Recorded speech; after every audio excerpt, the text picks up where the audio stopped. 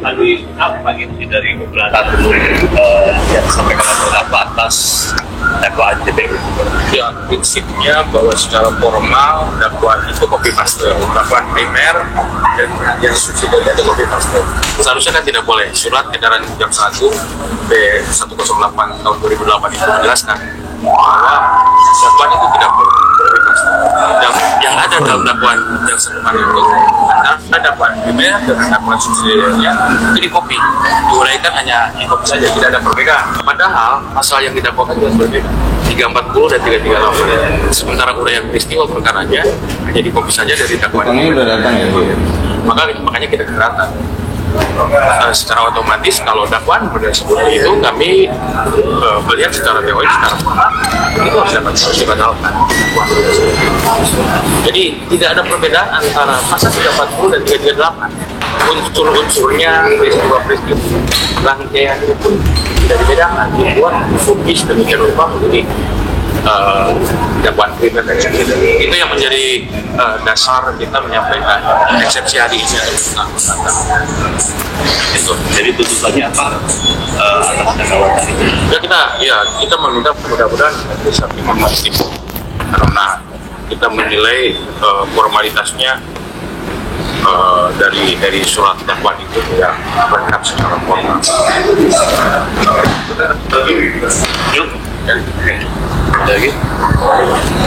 Udah? Oh iya. Oke, makasih.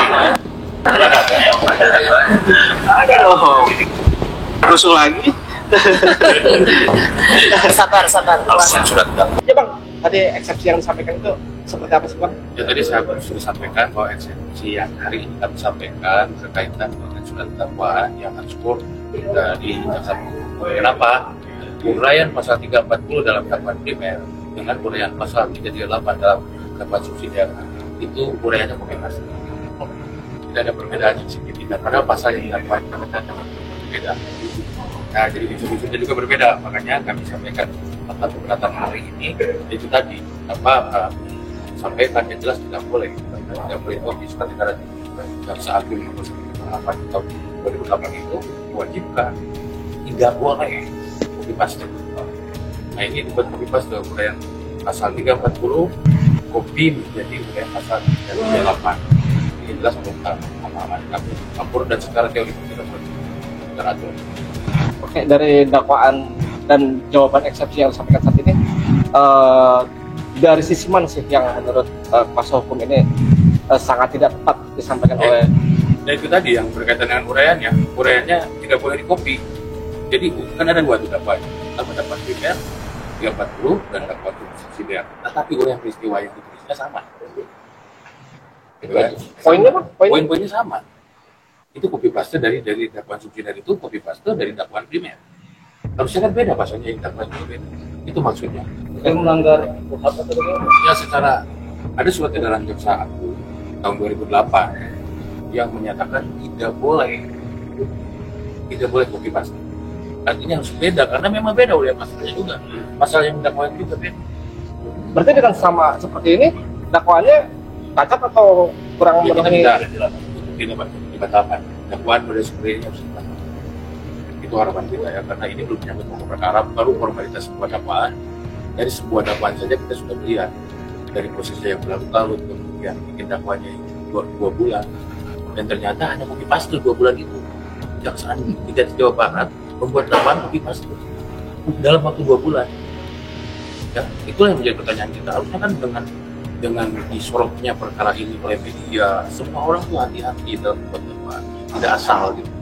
Inilah yang menjadi keberatan kita, sehingga dalam eksepsi kita sampaikan dakwaan model seperti ini harus dibatalkan. Jadi dengan kata lain dakwaan ini asal? Ya asal, di copy saja. Gitu, asal copy paste kemudian dituliskan. Oke, sip. Ya, ketemu. Nama lengkap kan? Sebenarnya itu ya. Iya. Kuasa. Terhormat Saudara Jaksa Penuntut Umum, dengan hormat perkenankan kami yang bertanda tangan di bawah ini, saya Rohman Hidayat, sarjana hukum, dan rekan-rekan menyampaikan eksepsi ini semuanya para advokat dan penasihat hukum pada kantor hukum Rohman Hidayat dan partner yang berkedudukan di Bandung di Grand Planger Hotel, Jalan Asia Afrika nomor 81, Bandung. Selaku kuasa hukum berdasarkan surat kuasa khusus nomor 015 RHP strip SK garis miring 013 2024 tanggal 25 Maret 2024 bahwa dalam kesempatan kali ini penasihat hukum hendak mengajukan nota keberatan atau eksepsi atas surat dakwaan jaksa penuntut umum seperti dalam register dimaksud. 1. Pendahuluan. Puji syukur kehadirat Tuhan Yang Maha Kuasa atas kelimpahan rahmat, taufik dan hidayahnya kepada Yang Mulia Majelis Hakim yang telah memimpin persidangan ini dengan penuh kesabaran, kearifan dan bijaksana sehingga persidangan berjalan dengan lancar. Pada kesempatan kali ini kami penasihat hukum atas nama terdakwa Yosef Hidayah bin Endi yang menyampaikan nota keberatan tersebut bermaksud agar demi terwujudnya negara hukum, bahwa berdasarkan pasal 1 ayat 3 Undang-Undang Dasar 45 menyebutkan negara Indonesia adalah negara hukum. Junto pasal 27 ayat 1 Undang-Undang Dasar 45 menyebutkan segala warga negara bersamaan kedudukannya dalam hukum dan pemerintahan wajib menjunjung hukum dan pemerintahan itu dengan tidak ada kecualinya. Bahwa berdasarkan asas presumption of innocence atau praduga tak bersalah, berdasarkan pasal 8 ayat 1 Undang-Undang Nomor 48 Tahun 2009 tentang Kekuasaan Kehakiman menyebutkan setiap orang yang disangka, ditangkap, ditahan, dituntut atau dihadapkan di depan pengadilan wajib dianggap tidak bersalah sebelum ada putusan pengadilan yang menyatakan kesalahan dan telah memperoleh kekuatan hukum tetap. Eksepsi ini perlu kami sampaikan demi melindungi hak-hak dan kepentingan terdakwa sesuai dengan Kitab Undang-Undang Hukum Acara Pidana. Dasar hukum nota keberatan. Dasar diajukan keberatan ini berdasarkan pasal 156 ayat 1 KUH Pidana menyebutkan dalam hal terdakwa, penasihat hukum mengajukan keberatan bahwa pengadilan tidak berwenang mengadili perkaranya atau dakwaan tidak dapat diterima atau surat dakwaan harus dibatalkan. Maka setelah diberikan kesempatan kepada penuntut umum untuk menyatakan pendapatnya, hakim mempertimbangkan keberatan tersebut untuk selanjutnya mengambil keputusan. 3. Surat dakwaan. Surat dakwaan merupakan landasan titik tolak pemeriksaan perkara di sidang pengadilan. Oleh karena itu, surat dakwaan mesti terang serta memenuhi syarat formal dan material. Tujuan dan guna surat dakwaan adalah sebagai dasar atau landasan pemeriksaan perkara di dalam sidang pengadilan. Hakim dalam memeriksa sesuatu perkara tidak boleh menyimpang dari apa yang dirumuskan dalam surat dakwaan, maka fungsi surat dakwaan dapat dikategorikan A.